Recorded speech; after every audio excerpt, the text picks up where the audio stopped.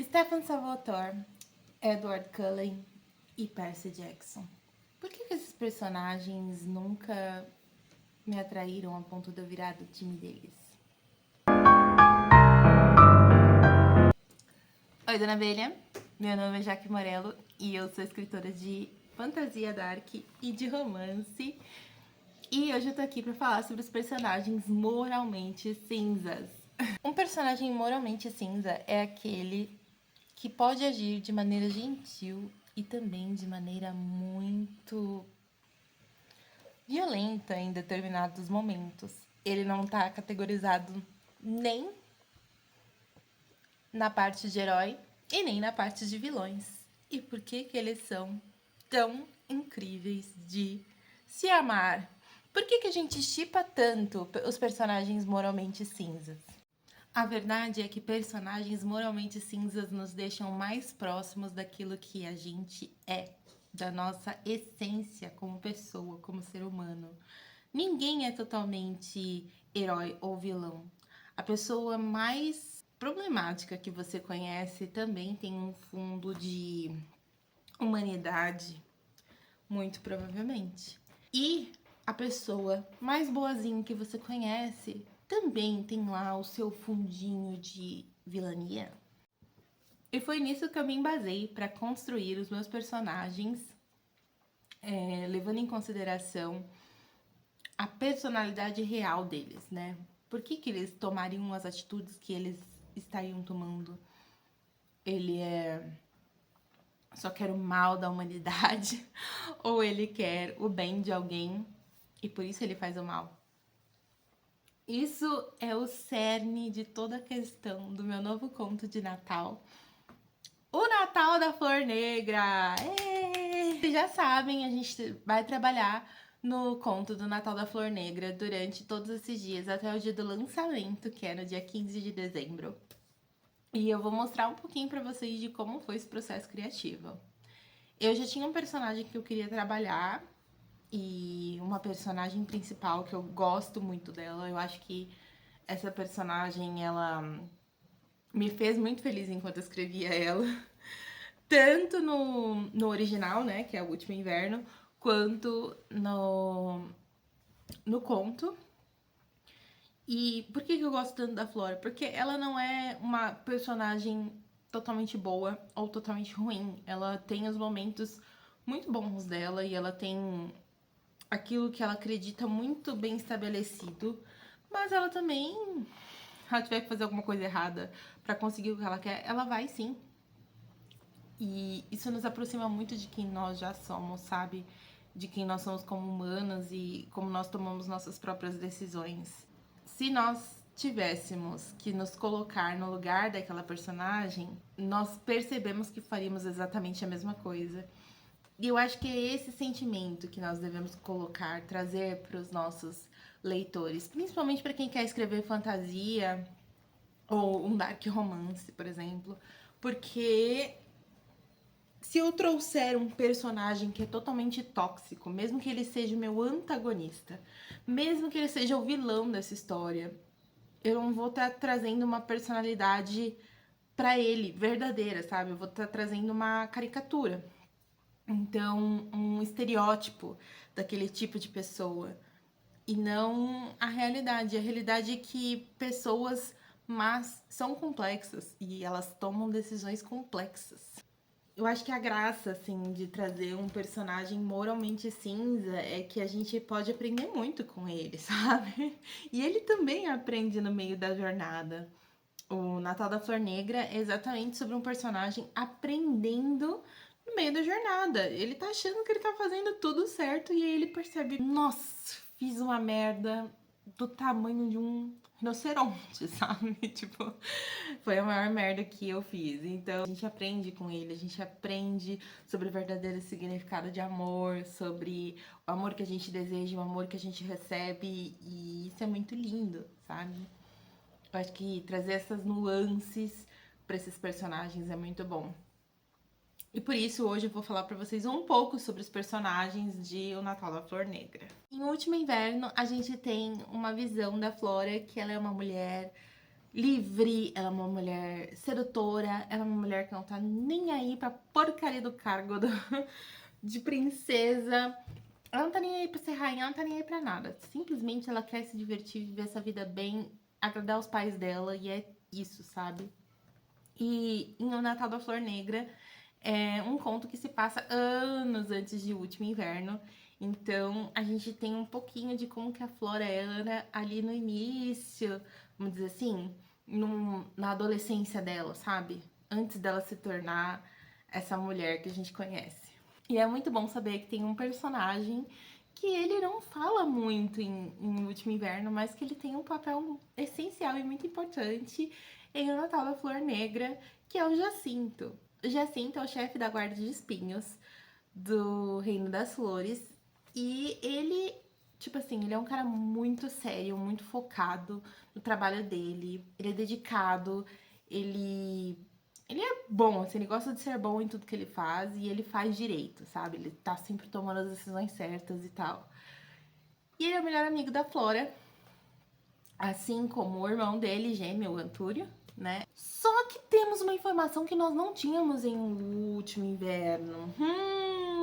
Nós não tínhamos. Que o Jacinto é totalmente, completamente apaixonado por Florinha. E, gente, a Flora nem nota. Sabe por que nós não notamos? Porque a Flora não nota. Porque a Flora simplesmente ignora essa informação. Ela não tá nem aí, sabe? Simplesmente já tá brincando com o amigo dela, não tá nem aí pra nada. Então, já sinto o prefeito da Friend Zone. E por que foi importante trabalhar esse personagem? Porque é um personagem muito certinho. Então, você nunca esperaria que ele tomaria atitudes críticas em momentos críticos, sabe? Mas chega um momento da trama em que ele começa a se desesperar, não por conta só do amor pela Flora, mas porque outras circunstâncias começam a rondar a Flora e ele fica, nossa, eu vou precisar fazer alguma coisa, porque senão vão levar minha princesa embora, sabe? Existe essa lenda que uma flor, no dia do Natal, né, que é o grande espetáculo das luzes, ela concede um desejo à pessoa que fizer lá no momento da meia-noite e tal, né? E aí, minha gente, chega um momento crítico que a flor que eles esperavam não floresceu esse ano. No lugar dela nasceu uma flor negra. E aí, você pediria mesmo assim? Essa é a graça dos personagens moralmente cinzas. Eles sempre vão trazer você pro lugar de, e eu, será que eu pediria mesmo assim? Se eu soubesse que ela me concederia um desejo, não importa o que eu pedisse. Não importa, sabe? Tipo, sei lá, pense em qualquer coisa que você queira. E se de repente a flor que você tava esperando não nasceu, nasceu outra, mas ela ainda assim vai conceder um desejo, você pediria?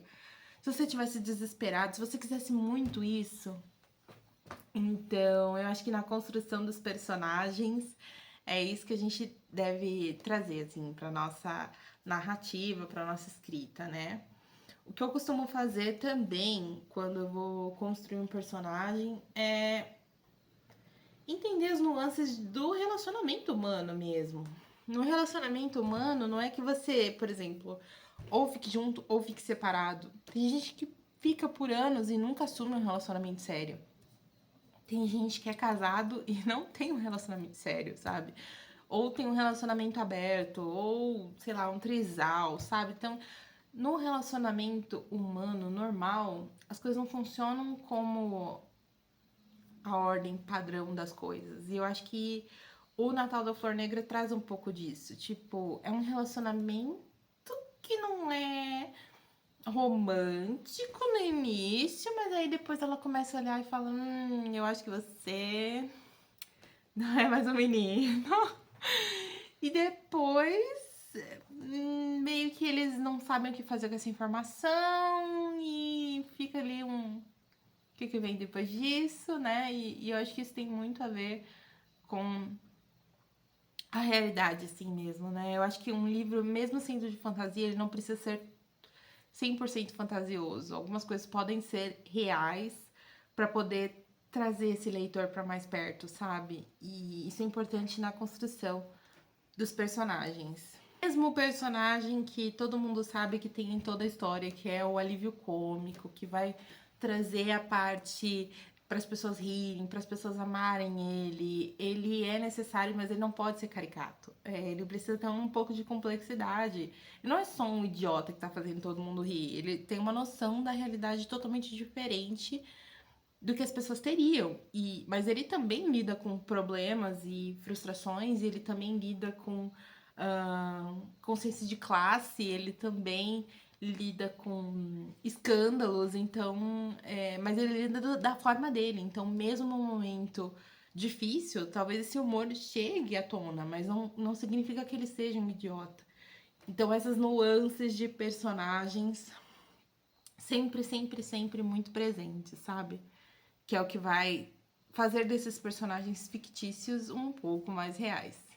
E fazer a experiência do leitor um pouco mais prazerosa e não só fantasiosa, sabe? Agora para pra pensar, por que a gente gosta tanto, por exemplo, Damon Salvatore? Damon Salvatore, gente, a gente sabe que ele é um mala desde o início, ele já chega arrebentando o Stefan, sabe? A gente já sabe disso, de Diário de um Vampiro, né? Por que a gente ama tanto, então? A gente ama porque Damon Salvatore é um mala, mas ele é charmoso, ele é gentil, ele tá nos momentos que o Stefan não está. Porque às vezes o Stefan tá aqui, salvando o mundo. E aí, quem tá salvando a Helena? Quem tá se preocupando com as futilidades da Helena, entendeu? Tipo assim, então, é um cara que consegue cortar a cabeça de alguém e consegue se preocupar com a mocinha, sabe? É o famoso, eu vou queimar o mundo por você e que se dane. Outros personagens, né, das Crônicas de Velátrio, que é a série de Último Inverno e do Natal da Flor Negra, também são assim, tipo, minha querida, eu sou isso, essa é a minha convicção, esses são meus fantasmas, mas se você tiver em perigo, meu amor, se você tiver em perigo, o mundo que se lasque, sabe? E eu acho que também tem a ver com a forma com que a gente ama.